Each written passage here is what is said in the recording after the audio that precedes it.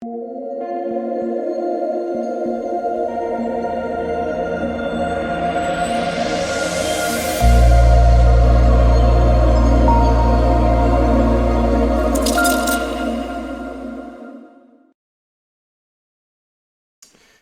Friday. My name is DK, and in this video, we're going to be breaking down the 3-game DFS slate.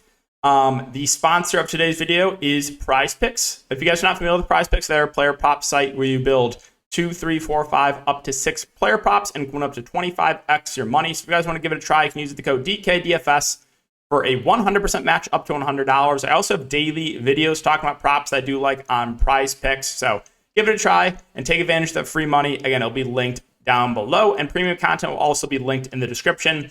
I am recording this video a bit early since I had to wake up really early tomorrow, so I'm not going to be able to recap my lineup tonight, but my lineup yesterday, once again, kept the hot streak going. There's only been one day so far where I've not cashed in tournaments with play-in playoff slate, so I've been doing really well, hoping to continue that streak, and yeah, so this is how it ended. Again, the Timberwolves ended up keeping it competitive.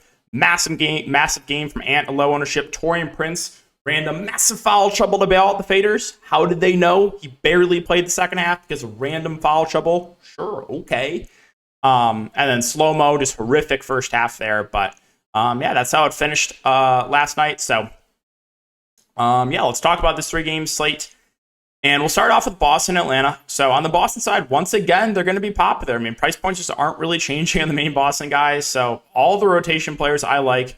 Tatum at 9.9, Brown at 8.3. Fantastic matchup for both. I mean, they played even in like a blowout down the stretch. So both the wings I like for Boston. But I think the mid-range is the sweet spot once again. Derek White, 6.1K. He should play mid-30s minutes. He's got the shooting guard eligibility. He's been playing out of his mind recently. But I like Marcus Smart, who's coming at low ownership back-to-back slates. He should play low 30s minutes. Brogdon is your tournament play, but I mentioned him as a possible bounce-back candidate last slate. He smashed. No one played him because of recency bias, which we've talked about a lot recently. It takes more of an effect in the playoffs. We saw it with the Cam Johnson ownership today. Previous slate, Cam Johnson was 5%. This slate, because of the big Cam Johnson game, he had 40%. Nothing changed, right, other than the one big game. So we see that all the time in the playoffs. And Brogdon, I think, will be a bit higher on than he was last. I think it was like 5% last slate. But yeah, I like all the mid-range guards. I think Horford's a pretty safe play. He should play probably mid-30s minutes. So the Celtics mid-range looks really good, plus the spend-ups. Below that, you have Rob Williams at 4-5. I think he plays low 20s minutes. Reasonable. Don't love it, don't hate it. But I don't think I get to anyone else. Sam Hauser will see some minutes, not enough for me to get to him. So basically my take is, once again, I love the Celtics. I'm definitely going to be getting some exposure to them tomorrow. We've gone to Atlanta. So the price points in Atlanta also came down. I think just looking at the slate in general, like this game, or at least the Atlanta side, looks like the most underpriced team. Trae Young at 8.4, DeJounte at 8.1. Assuming this game's as competitive, which I'm pretty sure it will, one of these guys should smash. Trae struggled back-to-back games. DeJounte's kind of been the guy, but we know the ceiling on Trae Young. So I like both Atlanta guards here at their price points. Capella and Okongwu will split the center position. So last game, they actually closed with Okongwu. Capella only played 22 minutes. They went to Okongwu, who played 24 minutes. So both these centers, I think, are solid options. Both a little bit risky, though. I think on average, we're probably going to get high 20s minutes from Capella and then the rest for Okongwu. But there have been games here and there where they will extend Okongwu a bit. And then I like the price points in these secondary guys too. Bogdanovich, he played 33 minutes last game. He's a guy that can provide that spark offensively. He's got the nice eligibility.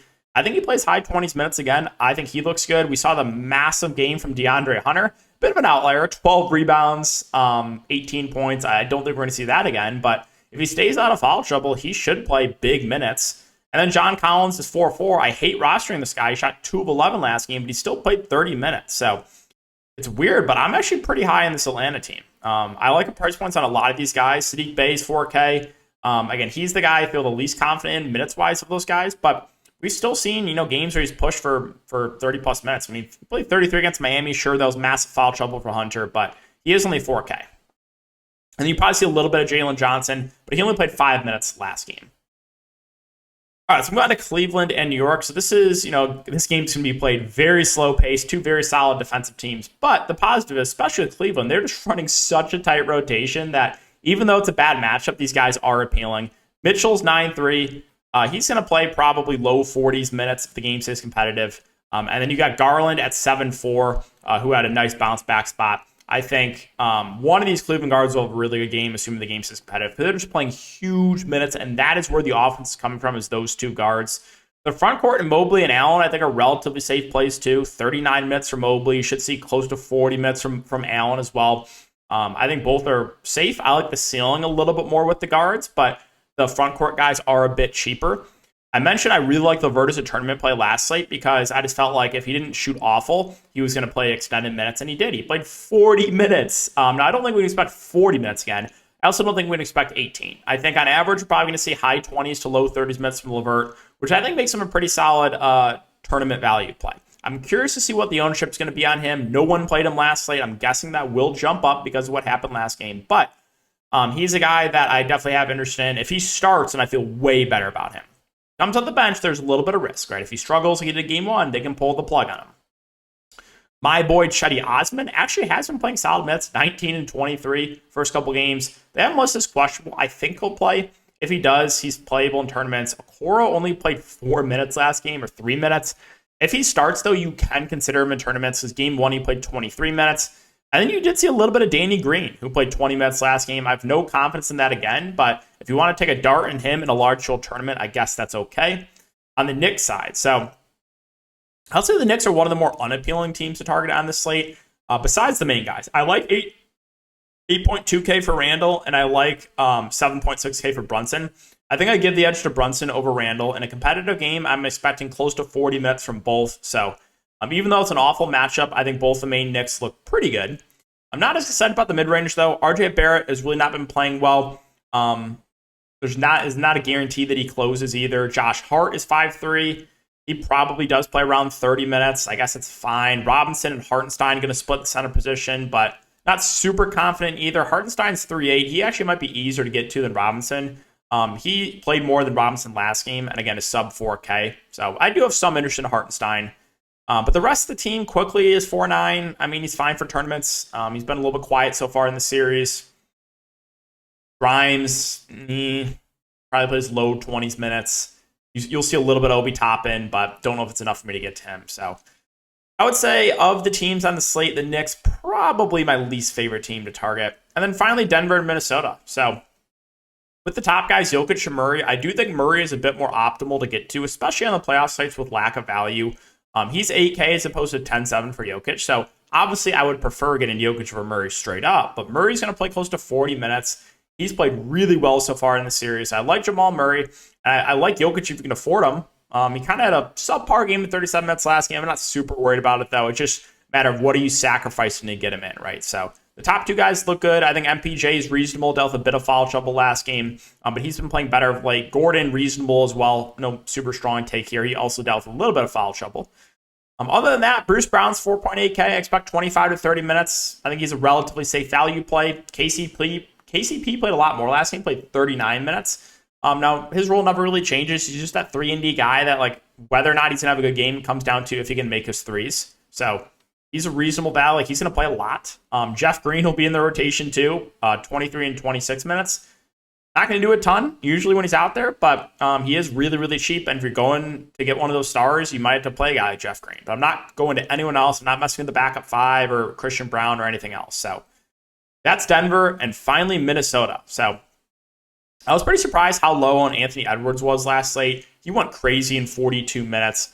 He's 8.5K with a nice eligibility. I still like the price point on him. Karl Anthony Towns has been awful so far this series, but I think that should keep his ownership relatively low. We'll see. He's been pretty popular last couple slates, but I'm curious after back-to-back bad games what that does. So the two main guys from Minnesota I think are a bit underpriced in Ant and in Cat. I'm not as interested in Gobert. He did play 39 minutes last game, but there was also some Cat foul trouble, right? So I don't think he plays that much again, but he is sub 7K. Slow-mo intrigues me for tournaments. I think he plays high 20s minutes. He had an awful first half, but usually a guy that, is relatively productive when he's on the court. I think Conley is pretty safe too. 38 minutes last game. I think we should expect similar run from him. I think he's a little bit underpriced. And then it comes down to the starting lineup. If they start Taurean Prince again, I like him for value. He dealt with massive foul trouble.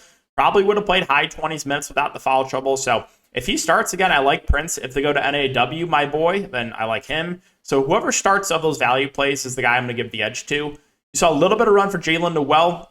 We know he's a guy that can put the ball in the bucket, but there's no guarantee that he plays, so he's viable in tournaments.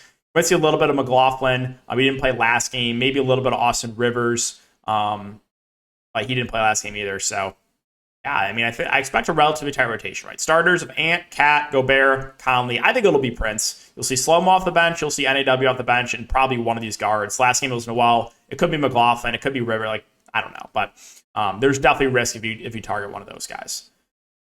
All right, so that's gonna wrap it up for the video, guys. As always, I really appreciate the support. Make sure to keep an eye out for the PrizePicks video up after this. Again, I'm recording these videos a little bit early, but enjoy your Friday, and we'll see you all in the next one.